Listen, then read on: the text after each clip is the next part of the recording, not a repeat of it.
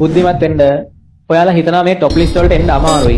A level engineering යන්න අමාරුයි, medicine යන්න අමාරුයි, මට නම් ඒක කරන්න බෑ කියලා. එක දෙයයි තියෙන්නේ. තමන් පොඩ්ඩක් සද්ද නැතුව හොඳ මානසිකත්වයක වැඩ කරන්න.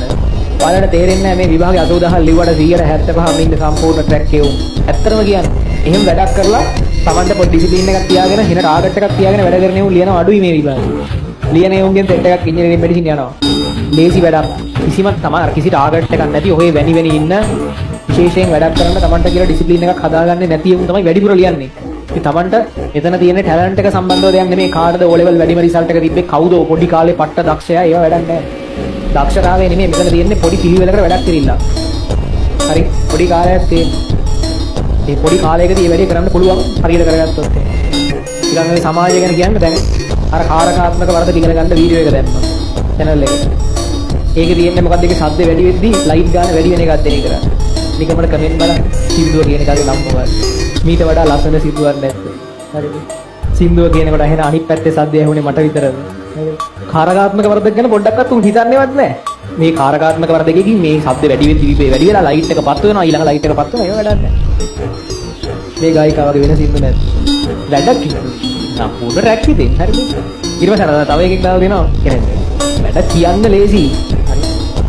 ඕනේ කෙනෙක්ට වැඩ කරනවා වගේ පෙන්වන්න එන දක්ෂතාවය වගේ පෙන්වන්න තමන්ට පුළුවන් කියලා පෙන්වන්න ලේසි. ඒක හොඳටම තේරුම් ගන්න පුළුවන් අපිට ක්‍රිකට් මැච් පරදින දවසවලට.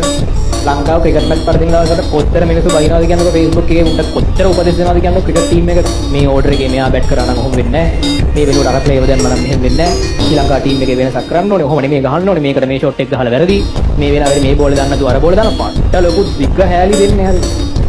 රවුන්ඩ් බෝලයක් බැට් එකක් අතර දීලා ශ්‍රී ලංකා කාන්තා දෘශ්‍යය මැදින් කණ්ඩායමේ කෙල්ලේ බෝල ගම්මත් ඔය කකුල් දෙක අතරින් බෝල ගිහින් විකට් එක ඒවා දිනවා.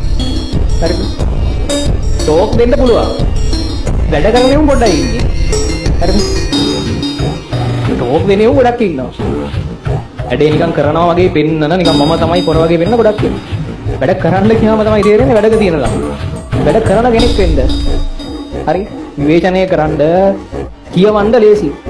කරන කෙනෙක් වෙන්න. බහුතරයක් ඉන්නේ වගේ. හරි. දැන් මම දැන් අර වීඩියෝ එක මම පෙන්නන්ති. එන්නේ උන් ගානක් කියන ටෙලිග්‍රෑම් වීඩියෝ එක දාලා ස්ක්‍රීන් ෂෙයා කරලා පෙන්නුවා නම් ඉවරයි. සර්ට තේරෙන්නේ නැද්ද? ඉංජිනේර කෙනෙක් නේද? එහෙමත් කියලා තිබ්බා. ඌට තේරෙන්නේ නැහැ මම YouTube live stream එකක් දෙන වෙලාවක YouTube එකේ තියෙන sound clip එකක් තියෙන වීඩියෝ එකක් ඒකේ play කරාම copyright වදිනවා වගේ. ඉංජිනේර කෙනෙක් මට තේරෙන්නේ. හරි. එතකොට මේ කියන්න බෑ කුණු හරප කියවෙනවා හරිද? හරිද? හරි 40